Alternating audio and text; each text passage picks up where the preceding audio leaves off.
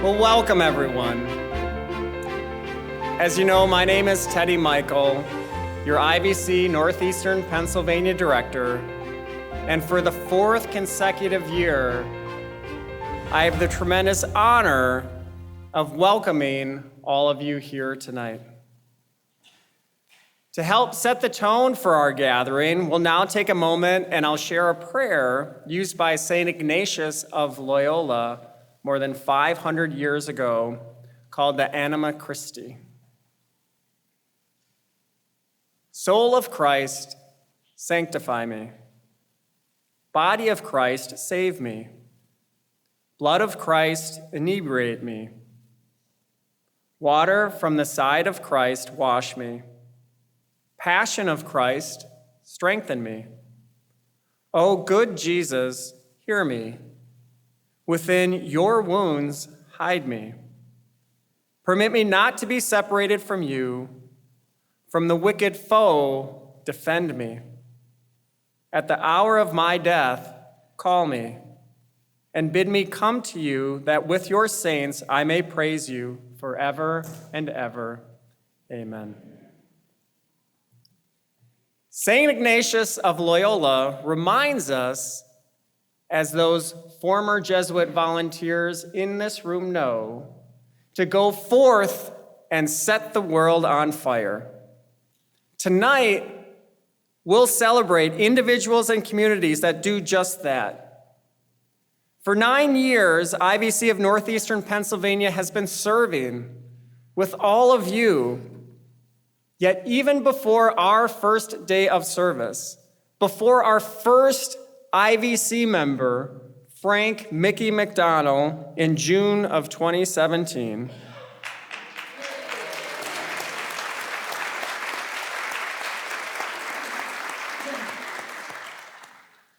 a dedicated team of men and women worked to bring IVC to Northeastern Pennsylvania. They are the ones who planted the seeds for our celebration tonight, step in step with support from our national program. So please join me in giving recognition to our entire IVC Northeastern Pennsylvania Regional Advisory Council.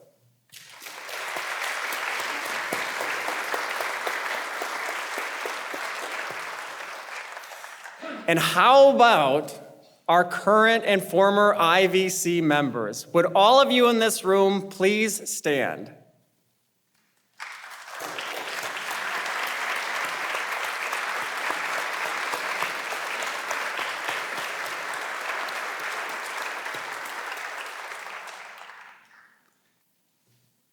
McShane, Casey. Where are our honorees? Our honorees, the Scranton Jesuit community, the Nativity Miguel School of Scranton, and Senator Robert P. Casey. Would you all please stand so we may recognize you right now?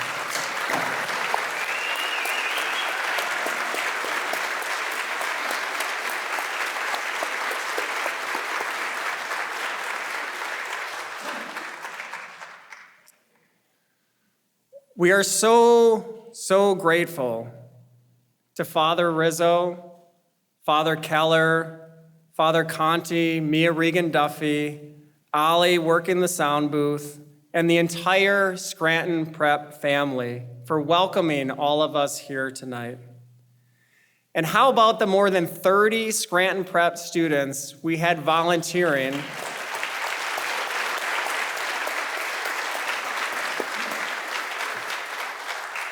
I don't know about you, but when I walked through their tunnel with them clapping, I didn't know if I should cartwheel or start signing autographs. I did both.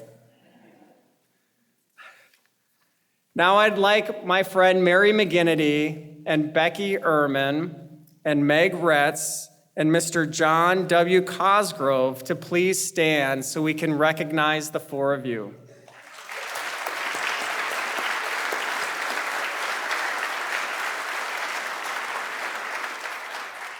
Mary is IVC Nationals President and CEO. Becky's our Vice President of Programming and Regional Development.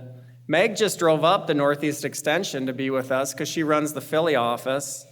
And our very own John W. Cosgrove serves on IVC's national board. Thank you for your friendship, for your leadership, and for your service.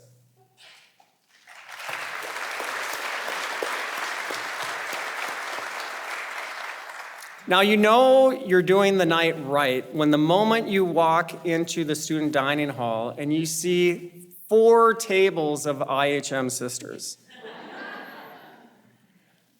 To our friends, our sister servants of the Immaculate Heart of Mary, we are so happy to see so many of you here tonight. We love you, we appreciate you, and we say thank you for opening up the doors to your home to allow us to call our meeting place home at the IHM Center for the past 9 years. Thank you.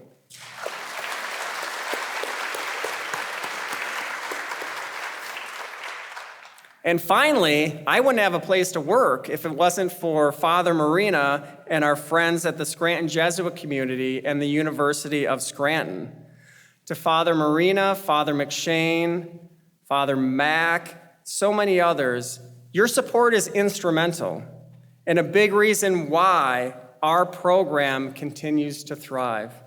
Thank you so much for the opportunity to call the U, our home for IVC Northeastern Pennsylvania.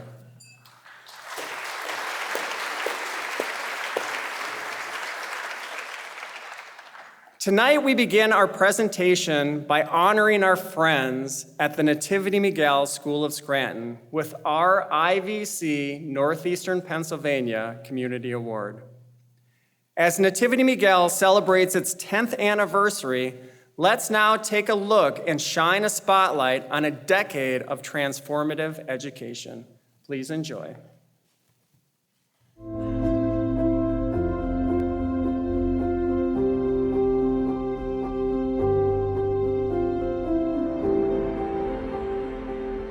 It began with a conversation. We continued to plan and come to believe that this could actually happen, as miraculous as it was. Nativity Miguel School of Scranton exists to improve the lives of children through a faith-based middle school education. You're with us for 4 years, or we're with you forever. Our goal is to give them a really strong education and send them off into high school and college so that they have the best education possible to really reach their full potential. They teach social skills and character. It's not just school, it's who you are and that you can bring that forth in the world. When I think of Nativity, I think of family. All of the teachers wanted to help you even if you were struggling. There's a lot of kids that are able to succeed because of schools like Nativity. You're able to flourish there. At our IVC meetings, we always talk about the fact that the biggest thing we bring is presence. We're saying to these kids, you're worthy. I think the combination of the two really are perfect because these older folks are really models for these children. Everyone who comes into contact with that school is hoping the kids have a better future. The combination of all the people that come just infuse it with love. You walk into the building, it just feels different because of our community. Fundamentally, it's about people, helping others, supporting others, building relationships. Every year we have the Canvas of Dreams. Former students come back and reveal where they're going to college. The mother of one of those children, she said, "Mr. Hawk, I gotta tell you something." And she started to cry. And she said, "My daughter has been accepted to Georgetown, and she's gonna be a doctor." Blew me away. I will be the first person in my family to get a degree, and I feel like it's the same for a lot of kids who go to Nativity. It makes me realize there's more than just myself. I don't want to just be better for myself. I want to be better for my community as a whole because I'm representing all of them, not just myself. I think it's going to bring generations forth. I think it's changing the parents, and it's changing the kids, and it'll change their kids. I thought the IVC would be to my benefit to do something like this, but I just didn't understand exactly how. But then you meet the reality of these young people. You know, even at my age, I change, you know, and it's to my benefit. Unfortunately, for a lot of these kids, their story is written. We can help them realize they can write their own story. Together, we're going to figure this out. Investing in our children improves the overall community as a whole.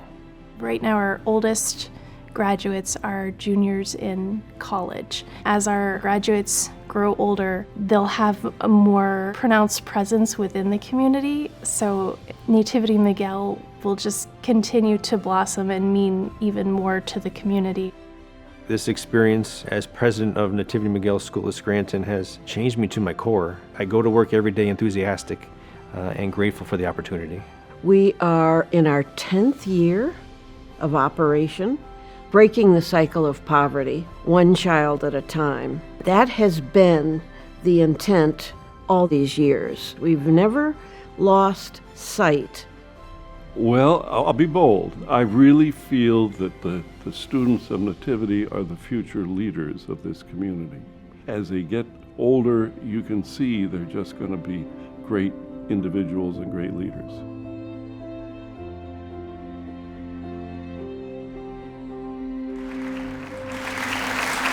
So with great pride and tremendous honor, we present our IVC Northeastern Pennsylvania Community Award to our friends at the Nativity Miguel School of Scranton and our IVC members serving up at the school. So Ron, it's your podium now. Come on up.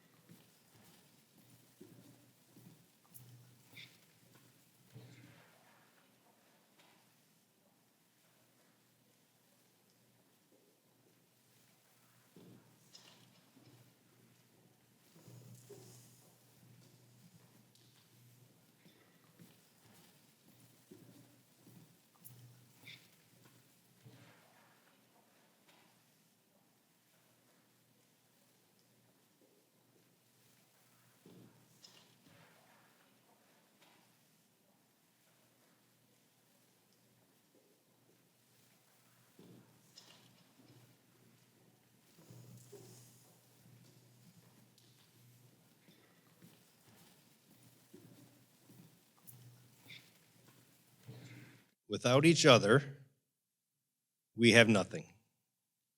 Standing alongside me tonight are just a few members of our Nativity Miguel family. Our current students, parents, graduates, teachers, volunteers, board members, and staff. Together with our sponsoring congregations and donors and so many quiet champions behind the scenes, they make our mission possible. Educating students who need a little extra help and a lot of belief. As Nativity Miguel School of Scranton celebrates its 10th anniversary this year, what began as a small school has grown into something truly special. The impact on our students and their families and our broader community continues to grow. And I believe our work has never been more important than it is right now. I'd like to sincerely thank the IVC organization, especially Teddy, for the way you walk alongside our school and so many other nonprofits in our region. You don't just support organizations, you help them magnify their impact. Nativity Miguel School of Scranton is stronger because of you and for that we are deeply grateful.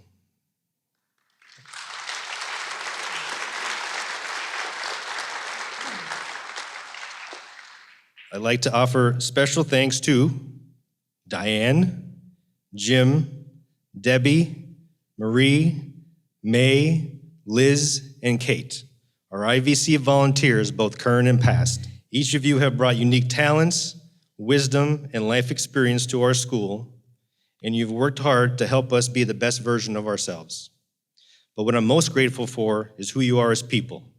You are kind and caring and empathetic, funny, smart, and those qualities shape our culture in ways that matter deeply. Our students feel that every day. Thank you. Okay, I'm not done. And congratulations to the other award recipients this evening. The Scranton Jesuit community has spent decades improving our region in countless ways, especially their commitment to education.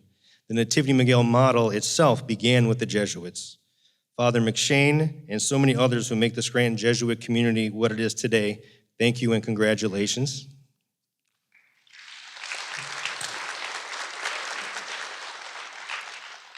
And Senator Casey, your family has served our region for nearly as long as the Jesuits. You have helped shape NEPA into a better, more just place, and you've done so with integrity and a moral compass that has never wavered. Congratulations.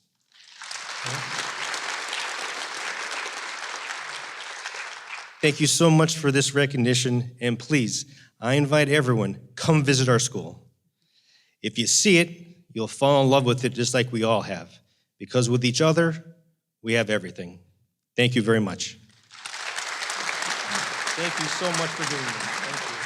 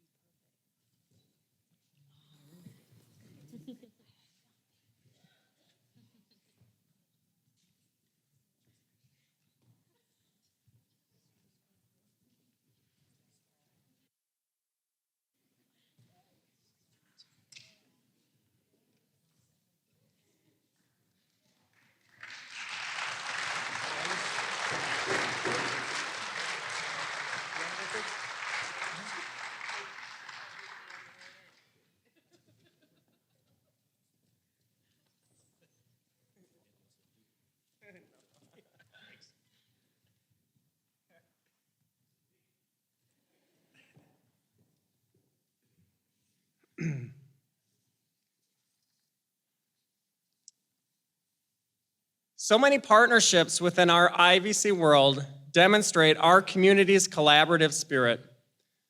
To our friends at the diocese, Bishop Bambera, thank you for embracing our IVC ministry and opening the doors of your parishes to our ministry.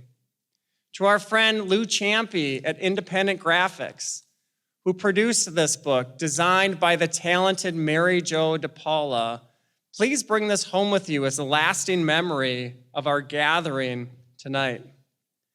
And to all of our sponsors supporting tonight's event, thank you for your generosity and faith-filled desire to positively impact our community. Our next award, the Madonna della Strada Award, is happily presented to our friends at the Scranton Jesuit community.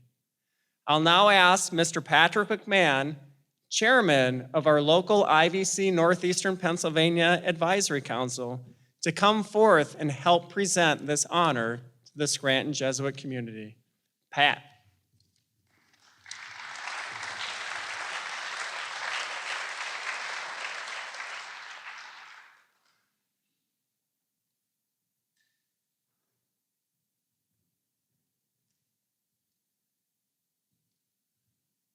Just in case you might have missed it because you were at this party, Jerry McNamara continues to make headlines.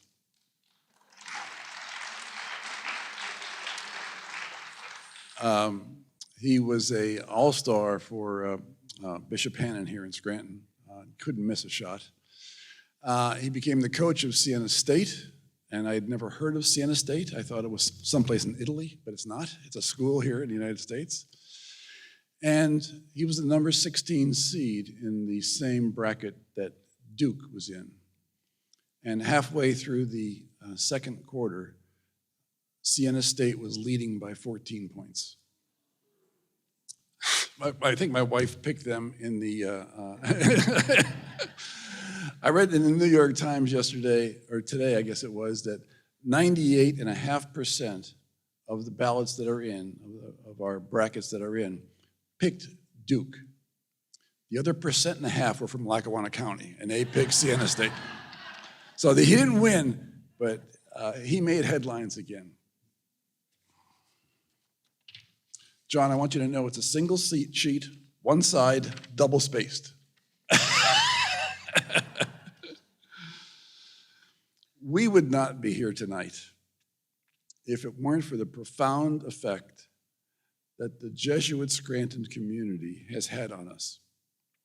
I know I would not be here tonight if it were not for the spiritual direction of both Father George Schimmel and Father George Aschenbrenner, a man from Archibald and a man from Reading. We are here tonight to celebrate the light, that at this time in our country's life has never needed it more. We are here to celebrate the light of enlightened Jesuit education, both at Scranton Prep and the University of Scranton. We are here to celebrate the light and joy of volunteerism through the IVC of Northeastern Pennsylvania. And that light is shining brightly here tonight. All the volunteers, congratulations. We are here tonight to celebrate the light of ethical and moral decision-making through the Ignatian Business Chapter of Scranton. And we are here tonight to celebrate the light of truth and justice through the responsible public service of the Honorable Robert P. Casey, Jr. It only takes a single candle to light up a dark room. We are here tonight to ensure that our candles will not be put under a basket, but will be put on a high stand. It is my honor to introduce a short video highlighting the bright light that the Jesuits have blessed us with.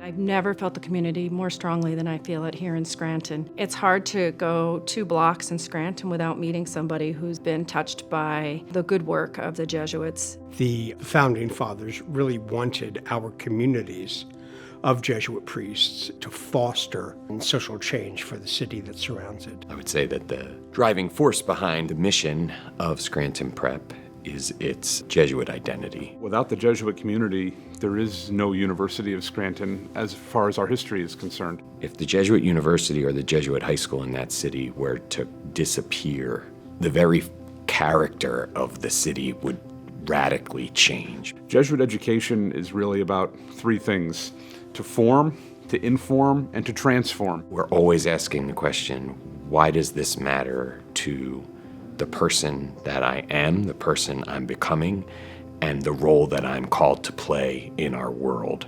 So reflection is deeply embedded in the mission of Jesuit education.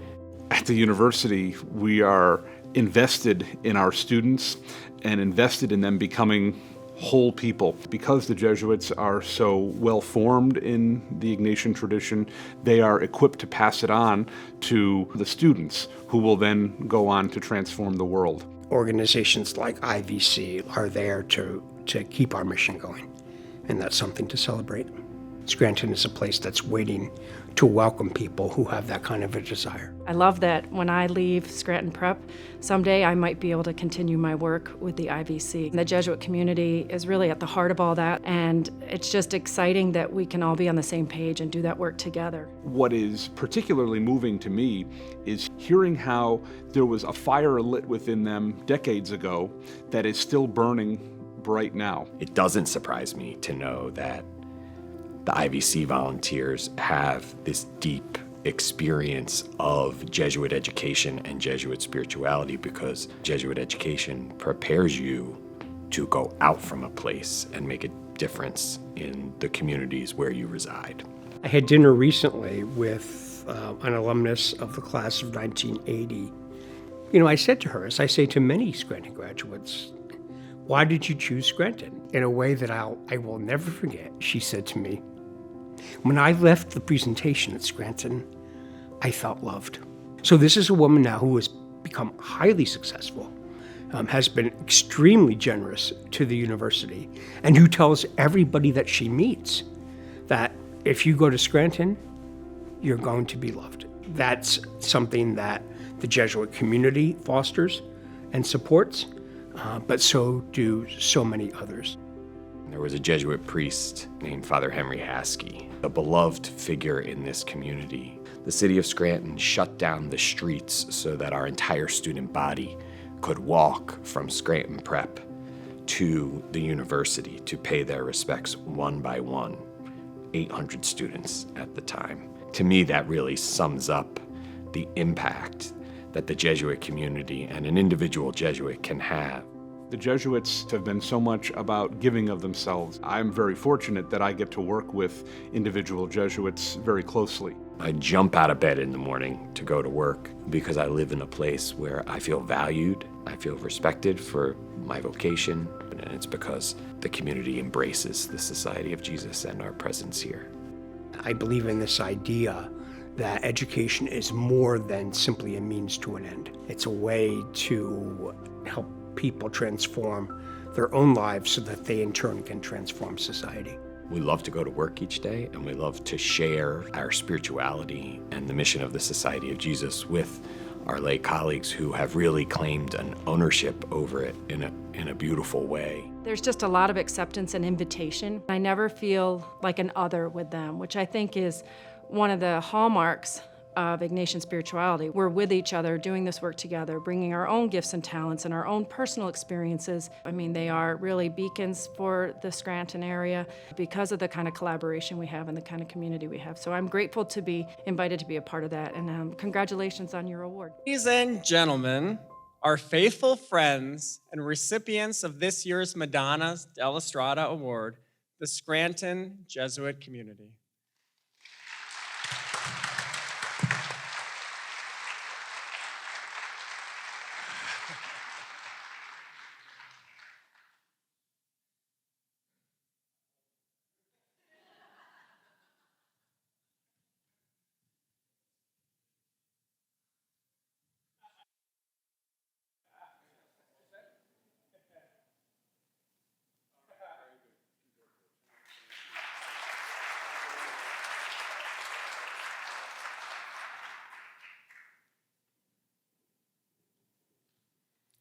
I'm going to go off script for a moment, if you don't mind.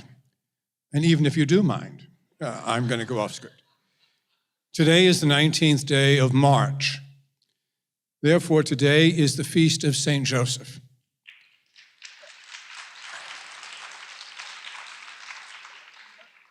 And when I was told that today, Feast of St. Joseph was the day on which this event would take place, I said, oh, that Teddy, how clever he is. Weeks later, he told me he had no clue. But I think it's an appropriate moment for us to be about the work of thanking one another and thanking the city and the church here on the Feast of St. Joseph. A couple of things about St. Joseph. Everyone knows him, but he appears only 6 times in the scriptures. And he says absolutely nothing. There are no words. Joseph is portrayed as someone who receives from God through the messages of angels what God wants him to do. And he takes those messages to heart, follows through. He does what God asks, and he does it with a large heart and a great sense of gratitude to God for choosing him. And what does he do? He watches over, he protects, he loves. He watches over, protects, and loves. From where I'm standing and where I am in prayer, that pretty much captures what it is that IVC does. And therefore, Teddy, I think an angel must have come to you and told you to have this celebration on the feast of St. Joseph without telling you the reason. But I do mean that. You enrich us beyond measure and inspire us every day. Not only you, Teddy, but all the members of IVC here and around the country. So on behalf of the Scranton Jesuit community, I want to thank you. And if you don't mind, I would also like to bow before you to show my gratitude and the gratitude of my brothers.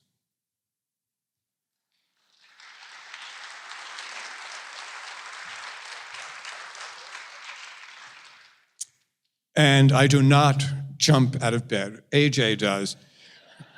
I kind of crawl out of bed at this stage in my life. So AJ, thank you for reminding me of how old I am. So AJ is over there. Always follow the laugh, and you'll find AJ. Where is Father Keller? All right, so the two of them, the present president of PrEP and the former president of PrEP, are here. The other members of the Jesuit community are at home praying for all of us, and one person in particular. Father Marina's here. Where's Father Marina? Now notice the superior will not call attention to someone leaving early, I'm just saying. But you're going to get killed at home, I'm telling you. When he realizes he was called out, AJ, you are dust, all right?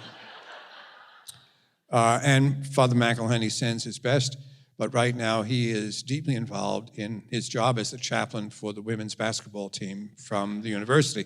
And he is over in Campion Hall cheering and cheering and cheering. He asked me to send his best and offer his prayers for you. With regard to, going to really the matter at hand, the Jesuit community at Scranton has been here since 1942. I remember the first day as if it were yesterday. In 1942, we were invited by the Bishop of Scranton to take over what had been for many years a ministry of the Christian Brothers. And so we came. It was the last year, by the way, that the Maryland-New York province existed. 1943, the two provinces split, or the province split into two, the Maryland province and the New York province. And so for many years, the university and the PrEP were ministries of the Maryland province. And I have to say to you, in the course of those years, you say to us that we have done a great deal for you, that we have enriched the civic and ecclesial life of the Scranton area, all of Northeastern Pennsylvania, the area, capital T, capital A. But if the truth were told, you charmed us. We fell for you because we saw here in Scranton a community of great faith, a community of great generosity, a community that saw a future when the rest of the country did not see a future here. The people of Scranton inspire us. Each day, you continue to build, you have resilience, and that feeds our faith in you and our desire to serve you ever more faithfully and ever more fully day by day. So tonight, I have to tell you, I accept this honor, this award, but in point of fact, we should be giving you our gratitude, our awards, and also we offer to you our hearts, as we have since 1942. 1944 was when PrEP was founded. because when Jesuits get into something, they really want to do it all the way. And so high school and college both. And both of these institutions, we were charmed. We fell for you. And we continue to work every day with a great sense of gratitude and a great sense that you are God's gift to us. So on behalf of every member of the Scranton Jesuit community at the present time, and also those who have labored here in the past, I thank you for your welcome, for your faith, and for giving us a spark of life every day. God bless you all, and I leave you with the words of one of my favorite books, The Diary of a Country Priest. You've all read it. If you haven't, just nod yes, and we'll give you absolution for lying. The Diary of a Country Priest is about a priest in rural France who feels that his life has been a complete failure. And he's the only figure in the book who feels that way. Everyone else feels touched by and inspired by his ministry. And he keeps a diary. And the last entry in the diary is a simple but very moving one. He says, "What does it matter? All is grace. Grace is everywhere." That's what we see in Scranton. All is grace. Grace is everywhere. May God bless you in all you do.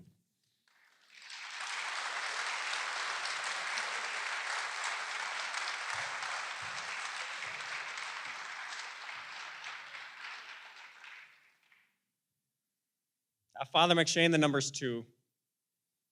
2 angels spoke to me.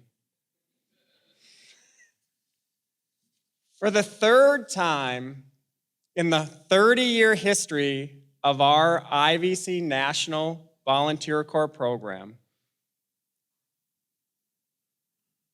we will present the Pedro Rupe S.J. Award for Exemplary Public Service to the Honorable Robert P. Casey, Jr. To help present this award, it's my privilege and honor to welcome our leader and friend to our IVC Northeastern Pennsylvania community, IVC's President and CEO, Mary McGinnity.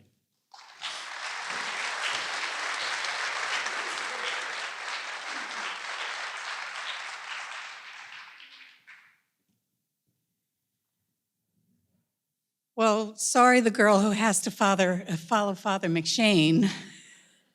That was beautiful, Father. Thank you so much. It is absolutely intoxicating to be with all of you this evening. What a beautiful community you are here in Scranton. And so I feel very privileged to be here with you tonight. I want to congratulate all the awardees. Thank you for letting us honor you and lift you up in light.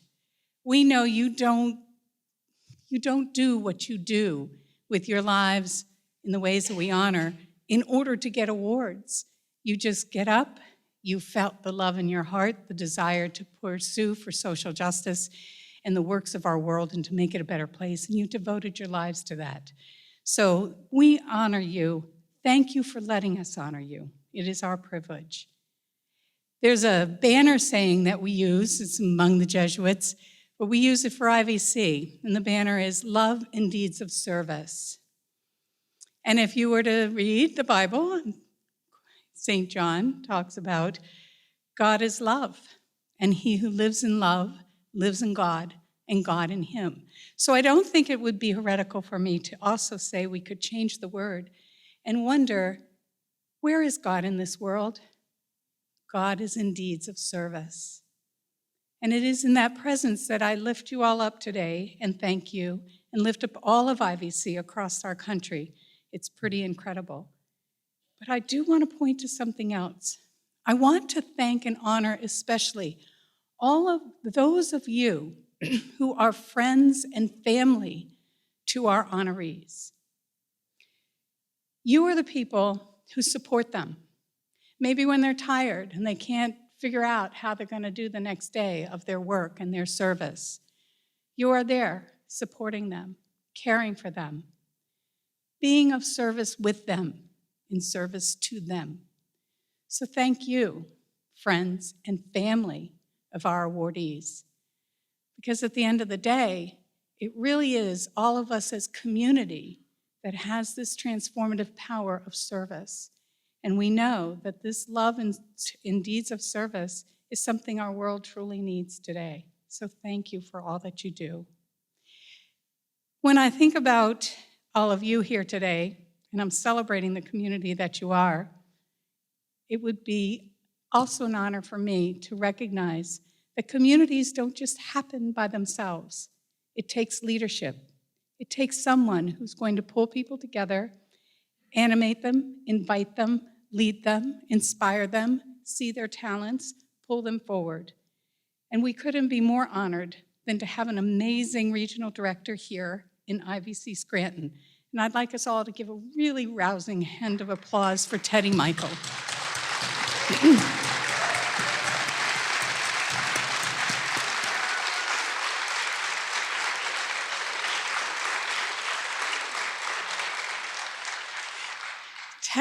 Teddy was, it's April 1st. I won't say it's April Fool's Day, but April 1st, 9 years ago, is when we hired Teddy. And as the founding director, he has done an amazing job building IVC here from the scratch of nothing to where we are today. So, honor to you, Teddy. Thank you for everything.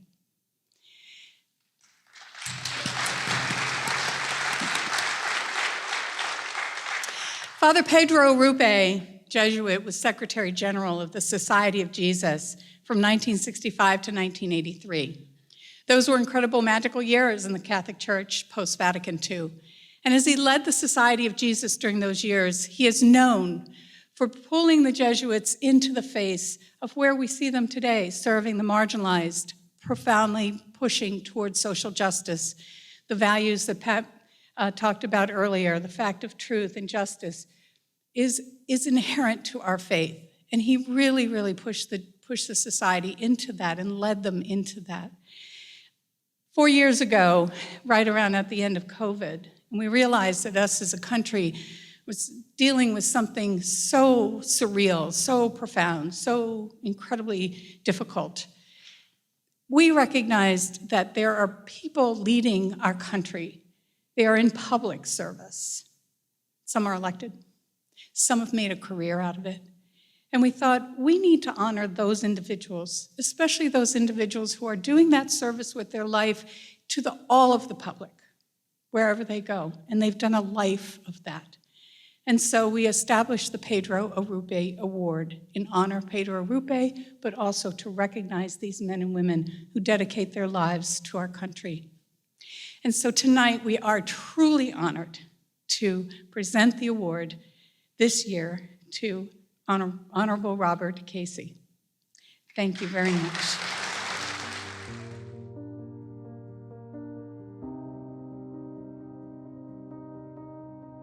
I don't think very many people can wake up every day knowing that they made the world a better place, that they made the country a better place. And that's something that he did every day in public office. Senator Casey's always been driven by being able to serve. Senator and I go back to my childhood. He was a member of the Green Ridge All-Star team, and I was a member of the Weston Field Flyers. We came across each other many times in the basketball court. I remember him being a mature young man even then.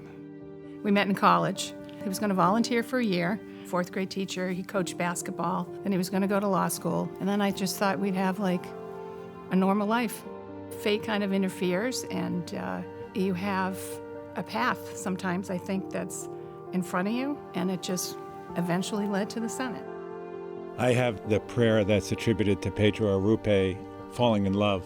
Fall in love, stay in love, and it will decide everything. I think that it did decide everything for Bob. He's dedicated his life to service, his professional career over decades, just like Pedro Arrupe, over decades of leadership of the Jesuits. All along the way, he has looked to live his life, helping others, working to make people's lives better. And, it's guidance from his parents, but I think it's something that he feels.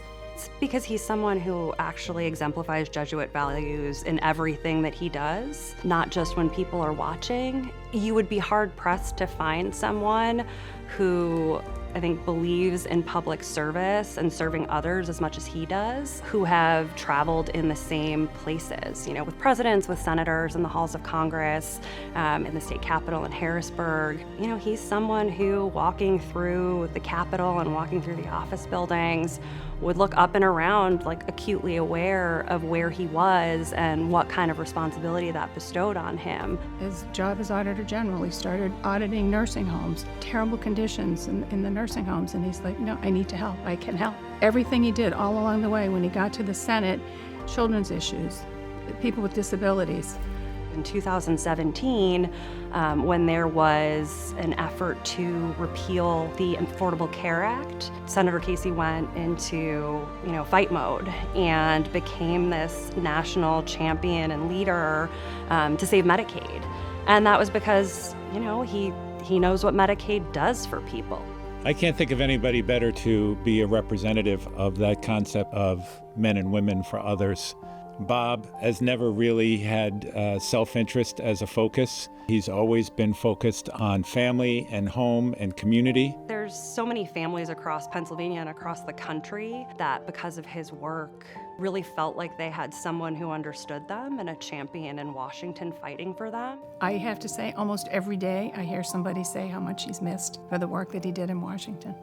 Even back in college, it was very clear that Bob had a strong moral compass. You know exactly what's guiding him and the direction that he's going in, because that moral compass is so clear, and it's those guiding principles that I think were first installed and formed by his loving family and community, and then reinforced by the Jesuits in Scranton and then at Holy Cross. You can affect change no matter what faith you have. He was lucky enough to have the power. He knew he could do something important with it, and he took advantage of that. He stepped up. I really can't think of anyone who is more deserving of an award like this, and it's a great honor for him. I'm proud of him and honored that he's my friend.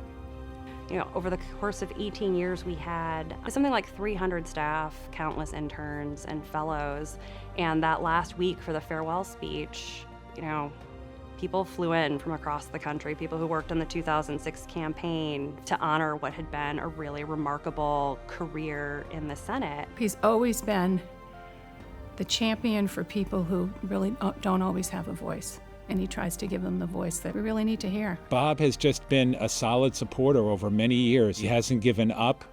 He's had perseverance. It's been a lifetime of achievement, and I think that's why this award is so well deserved.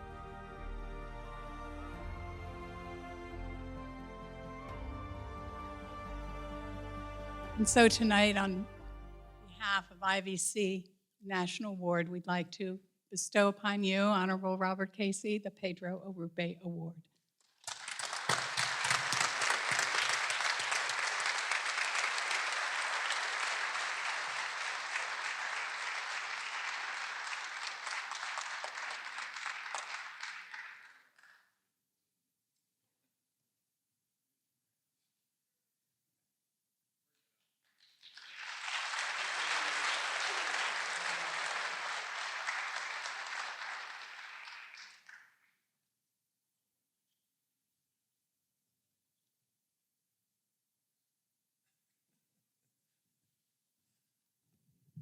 Well, thanks very much. I know I'm the last speaker. So I figured we could wrap up around 11. No, we know the University of Scranton women's team is in the Final Four as we speak. The game is already underway. And we wish them Godspeed. And that, of course, provides an explanation for why Father Marina had to leave early. There's a huge party at the university. Because of that watch party. So I want to thank him for being here. I want to make sure I do this right with the microphone. But I want to start with thanks to IVC. Mary McGinnity, we're honored by your presence here, traveling as you did. I know you had a week of travel, but to make it here to Scranton to be with us, and to have this event in Scranton, of course, is a great testament to your willingness to make my life a lot easier. Because Teresa and I just had to roll down the hill to get here. You had to travel a great distance. So we're honored by your presence and your leadership of IVC across the country. Teddy Michael, Teddy, I can't thank you enough for all the work that you put into this event. Over and over again, reminding me about the date, but also making sure that I was doing my part to prepare for it, especially getting old pictures together, and some of them are really old. But I'm grateful for Teddy's leadership here as the regional director. I've had the opportunity to see a number of Jesuits here tonight, as well as priests and sisters, the Immaculate Heart of Mary and so many others. But I know that Father Keller is here, or was here. I'm old enough to remember when he was called Mr. Keller, and I think the classroom he taught us in freshman year was somewhere in the middle of this room. It doubled as a wrestling room. So this great theater is now in the same place. Father McShane, we're honored today. I'm honored to be part of this celebration, to share the stage with you and the Jesuit community that has meant so much to my life and the life of our family and the life of this community. Father Rizzo, we're grateful for your leadership and hosting us tonight. Father Rizzo, there, I can see him. Thank you very much, Father. And to be part of a celebration tonight, which honors the Nativity Miguel School of Scranton. Wow. When you think of what's happened in those 10 years, and you look at those students, graduates and current students that we've met, and the faculty and the supporters, and then the combination of the opportunities those students have because of really generous people in this community, combining that with the wisdom and the willingness to serve that those IVC volunteers have provided, that is a powerful combination for the future of this region. So I'm grateful to be sharing the stage with Nativity Miguel School of Scranton and the Jesuits. I want to thank those who were in our video. I want to thank Teresa especially. I always wanted to get her on tape saying some of those things. As she mentioned, we went to college together, so she's known me a long time. So I came out of that process okay, I guess. But Teresa, thank you for being in the video. I have more thank yous for you in a moment. Todd Bailey, where's Todd? Todd's right here. Now, I am so impressed that Todd even remembered that I was on a team that he played, because I was like, if you have, if there were 12 of us on the team, I was like number 14. And Todd was always the star on the other side. I'm just grateful that he remembered that I was there. Todd, I was on the far left, that guy on the far left of the picture, but thank you for your words of commendation, Todd. Kristen Gentile, my chief of staff, who was in the video, as well as Bob Cunningham. Just a side note about Bob Cunningham, I could be honoring him for so much more. Here's a guy who had a successful career in fundraising at a number of colleges and law schools and colleges and universities, but then he and his wife, in their spare time, would do prison ministry. And then back in, I guess, 2021, he and his wife moved to El Salvador to be of service to the people of El Salvador. Did it for 4 years. And now Bob is still in the business of prison ministry. So what an example of selflessness and of service. And I'm so grateful to hear his voice on that video. I didn't know a great deal about Pedro Arrupe's life before being notified that I'd be the recipient of this award.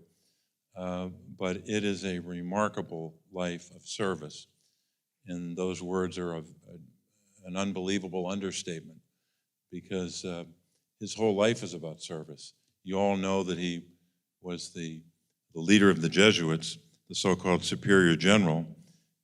He is the one who conceptualized that idea that Jesuit education should have as its focus to, quote, form men and women for others. And I saw it written in a brief summary of his life, and there were hyphens between those words, for hyphen men and women, as if it's one concept that the Jesuits have tried to instill in all of us. And so I'm grateful to be associated in any way with Pedro Arrupe. I do have a list of thank yous. It's about 8 or 9, and I'll try to get through them and get you on your way tonight, but it could take a little while. But I wanted to start with my wife, Therese, who is in the second row here, third row technically. Therese, will you just stand up and get the applause of this audience?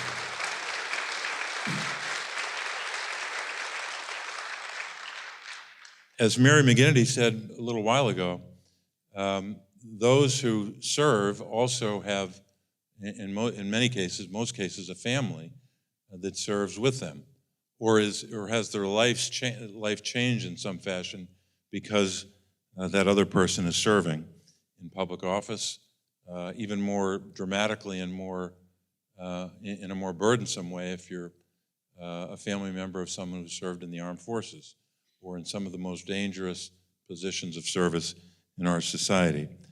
Therese has been with me every step of the way. I could not have been in public office for a year, let alone 28 consecutive years, without her strength, without her guidance, without the magnificent ministry, which it really is, that a parent has to bring to bear when it comes to raising children, in our case, our 4 daughters.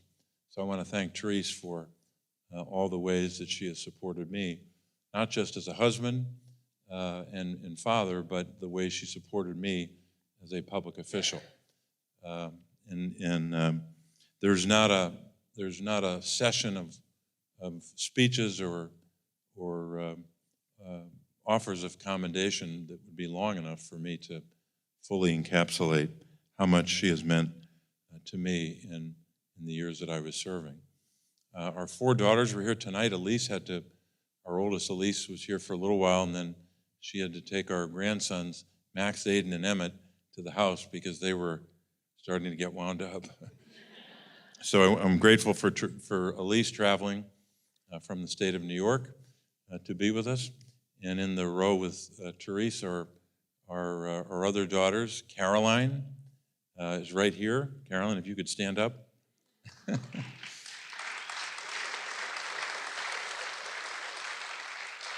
And then Julia and her husband, John.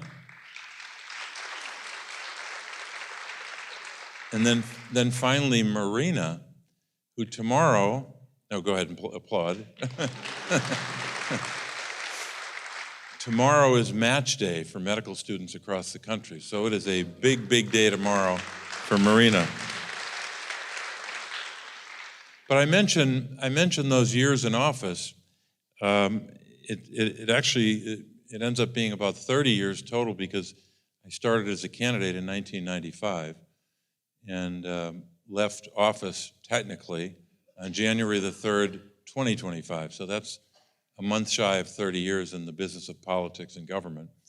And one of the consequences of that is you do miss events in a community, you miss events in the life of your family.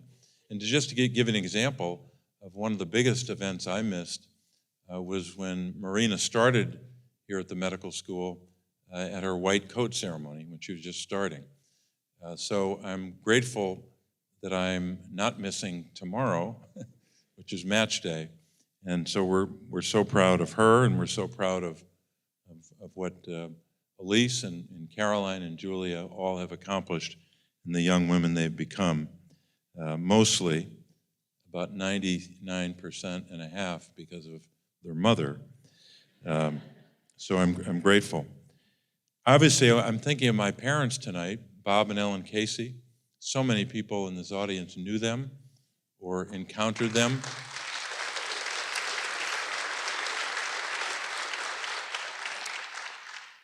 I'm thinking of so much tonight when I think of an award like this and how they made it possible for me to be even considered for an award like this.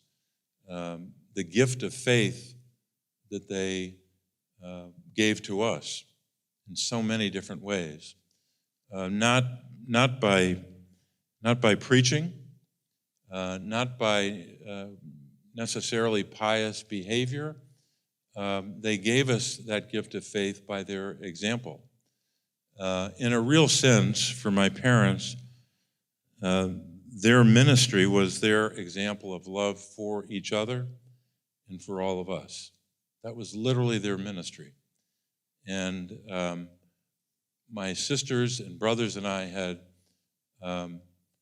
just a remarkably shining example of what it means to be a spouse and what it means to be a parent. My sister Kate is here with her husband Pat. Kate and Pat Breyer are here. And in that row in the middle there, my sister Mary Ellen is here. Aaron Walsh of fame here at Prep. How many years teaching, Aaron, Latin? A lot. We're into the decades. And her husband Jack is here, who appeared in one of those pictures in the background, Jack Walsh. And I know Margie, I don't know if Margie was here, but and my brothers couldn't be here, but I know they all share in our memories of my parents. You know, one last thing about my parents, years ago, my father was taking the oath of office to be governor, and he had run 4 times, as you might remember, and he finally got there. And when he was giving his inaugural address, this is January of 1987, in the early part of his speech, he talked about the Constitution, and he described it in a beautiful way. I've never heard it described this way before or since. He described it as a partnership in a free society, but he said the genius of that partnership is that it has room for all of us and a place for each of us. It's a wonderful thought about the Constitution. The judges in the room will note that. But what he didn't think, maybe wasn't thinking about, but I thought about it years later when I remember those words or heard them again in a tape, a videotape of his speech. In so many ways, that's the kind of parents they were. They figured out some way, with 8 children and lots of grandchildren, they figured out some way to have room in their hearts for each of us in an individual sense. They would give you undivided attention when you needed it, but they also had room in their hearts for all of us. It was big enough for all of us, and I'm thinking of them tonight. As I go down the chronological pathway, the next group of people that helped me so much were the IHM sisters, the Immaculate Heart of Mary sisters, who were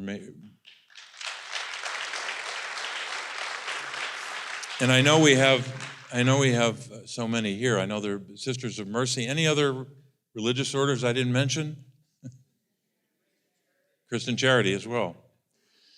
I had the privilege of being educated from grades 1 through 8, 1 through 6 at St.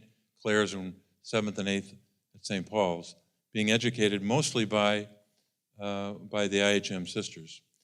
And one of the lasting gifts they gave to me, and I know so many other students, was, I don't want to denigrate how we're taught the scriptures, but sometimes, the Protestants emphasize the Bible a little more than we do.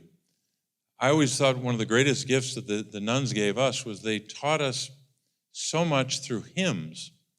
We remembered lines from scriptures, or remembered the refrain of the verses of those hymns that had their origin in the scriptures. And so often, as old as I get, I can always remember some of those hymns and the words from those hymns because of those nuns who were just beginning to instill in us the gift of faith. So I want to thank the Sisters of the Immaculate Heart of Mary. I, of course, want to thank the Jesuits here at Prep, had such a profound impact on my life and the life of so many of my family members, my daughters, and so many people in this community. They too, not just introduced, but really nurtured my faith and the faith of so many other students. The Jesuits at Holy Cross, where I met Therese, and they, in those days, and still do, I know, suggested to students that you should figure out some way to serve. And that's what led me into the Jesuit Volunteer Corps, which sent me to Philadelphia to work in as a fifth grade teacher at the Jesus School and to coach the eighth grade basketball team. That was quite an assignment. But I'm so grateful for the Jesuits and their influence on me. One of the opportunities we had in college, Therese took advantage of this as well. We were in separate weekends, but various weekends, depending on which one you could pick. You could go to Rhode Island, into Narragansett, Rhode Island, and have the experience of going through a weekend learning about the spiritual exercises of St. Ignatius Loyola. It was a silent retreat, which I was not necessarily looking forward to. And I wasn't quite sure why I was there when I arrived. But at some point, they gave us so much time to think and to reflect. I actually cracked open the Bible, and I started reading, and I discovered in the New Testament the story about the road to Emmaus. And I just remember it having a profound impact on me, that it kind of told the story, not just of these two individuals walking down a road and then encountering Christ after he rose from the dead, but that famous line, they recognized him in the breaking of the bread. And for whatever reason, it had a profound impact upon me. I never saw or never derived that kind of inspiration from the scriptures. But what it told me was how in one moment, in a sense, he was both human and divine. Human enough to be walking down the road and asking them questions as if he didn't know what had happened. Human enough to sit down at a table with them, but also divine enough to inspire them, because they say in that particular passage that I was reading, was not our hearts burning within us when he walked on the road and told us about the scriptures. So Holy Cross made that possible for me, and I was blessed by that. I was also blessed by a lot of friends and supporters throughout my life, but also when I ran for public office. I ran in 7 statewide general elections. You got to have a lot of friends to do that, and a lot of friends who are willing to give. And Teddy, I think, got some of them for tonight. I think they kicked in pretty well. But one of the people who made it possible for me to run for the first office that I ran for, Auditor General, was the first IVC in this region, the first volunteer, Mickey McDonald. Where's Mickey?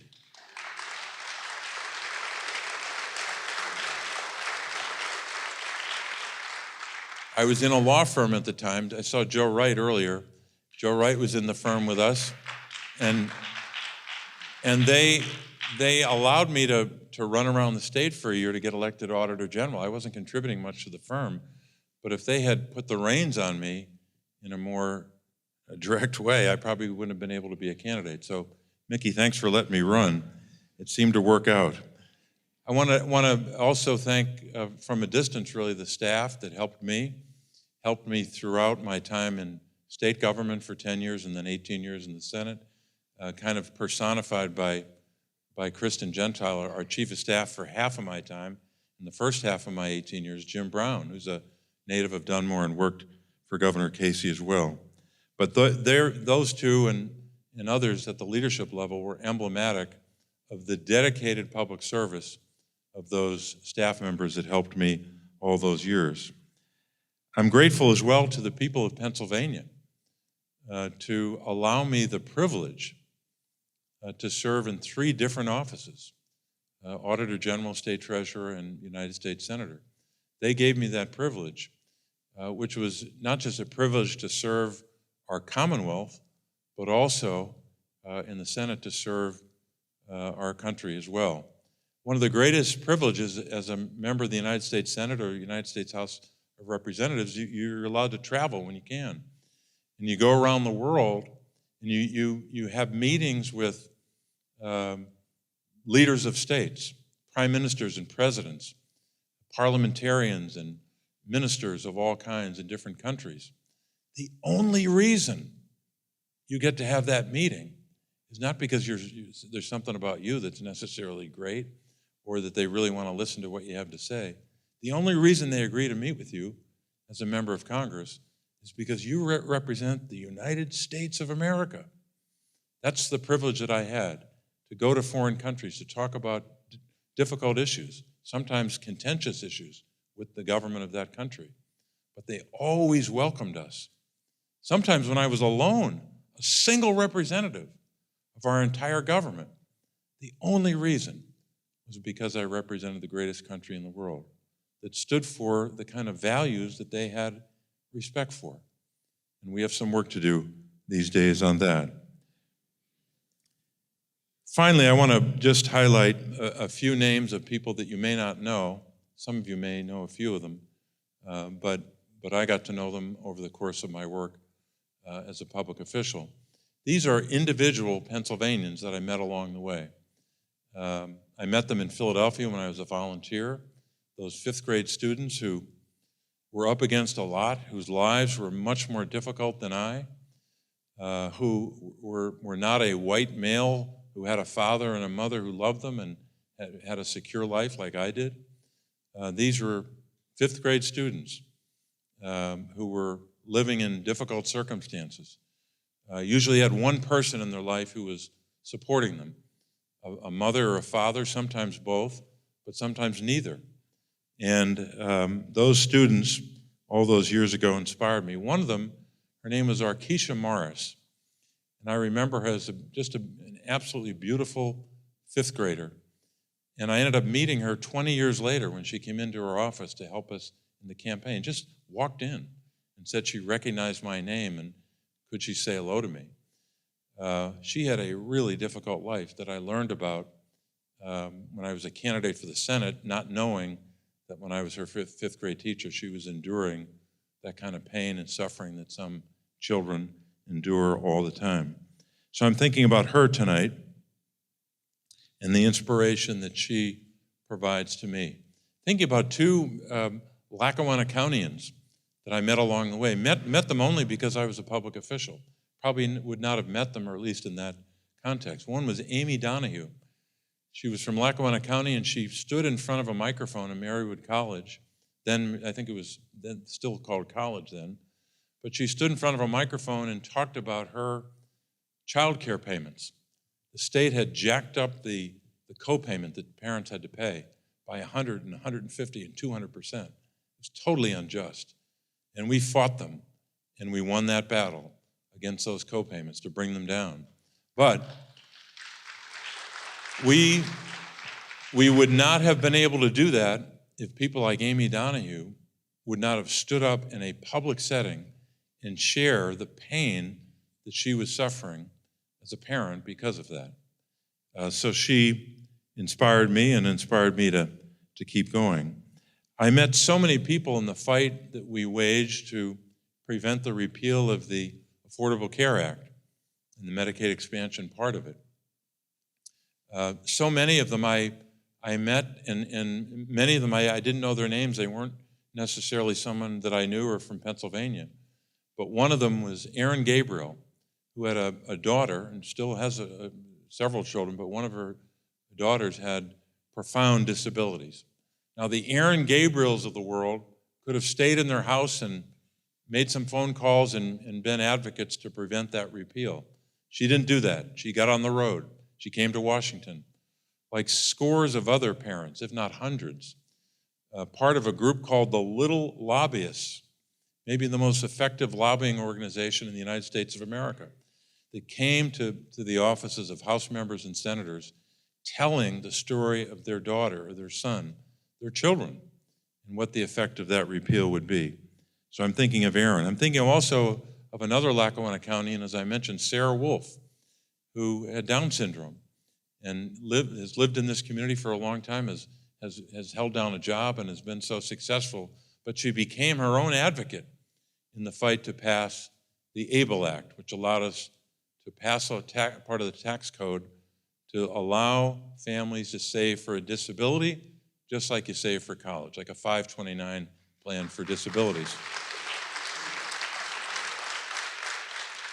I mentioned Sarah because as we were trying to pass that bill, and it took a long time, a lot longer than it should have, Sarah Wolf stood in front of a group of people in Philadelphia at a press conference, and she said, she gave all the reasons why we had to pass the bill, how it would help her in her life as a person with a disability, that she could save and use that savings to better her life. But at one point she said, we got to stay on this and make sure we get it passed. She said, we got to stay pumped. And I thought, wow, that's a really good line. You could pay a public relations person a lot of money to come up with that. But Sarah Wolf from Lackawanna County, again, someone I might not have met were it not for the fight to pass the ABLE Act. And I'm thinking of her tonight. Finally, I'll mention Cheryl Harris, and then I'll stop. Cheryl Harris's son was serving in Iraq, and her son's name is Ryan, and he was serving in Iraq. He wasn't killed by enemy fire. He was killed because of defective wiring in the base that he was in. It was electrocuted when he was taking a shower. And we didn't know at the time, but the more we dug into it, we found out what a rampant problem that was all throughout many of these bases.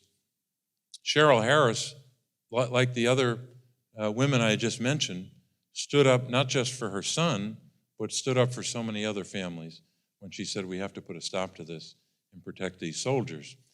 And then later she went on and recorded a television ad from one of my campaigns.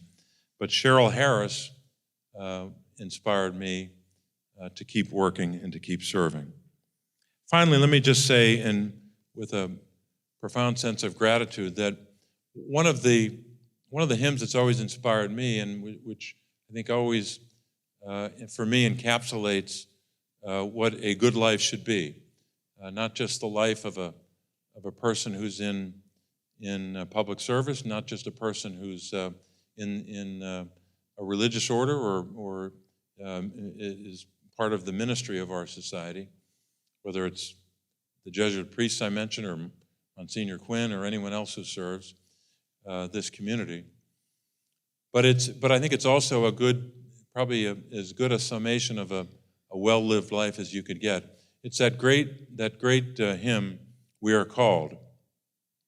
And you know the refrain, we are called to act with justice. We are called to love tenderly. We are called to serve one another and to walk humbly with God. If you do all that in your life, as much as you can, I think you can say you've lived a good life. That if you act with justice and fight for justice, if you serve those around you, whether it's a small group in your community or whether it's larger than that, it also calls us to love one another and finally to walk humbly with God. So many of the servants that were mentioned tonight, whether it's the Jesuits or those who serve in IVC, so many of them have taken those words to heart. They've acted with and on behalf of justice. They've walked humbly with God, and they've demonstrated love in their communities. But most of all, for tonight's purposes, they have served the people around them. And I'm so grateful to be mentioned, even in the same paragraph, with so many of those remarkable servants. God bless you and thank you.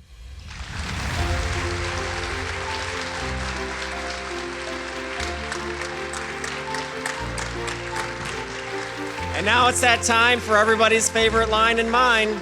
Dessert and coffee is now served in the atrium. Thanks, everybody.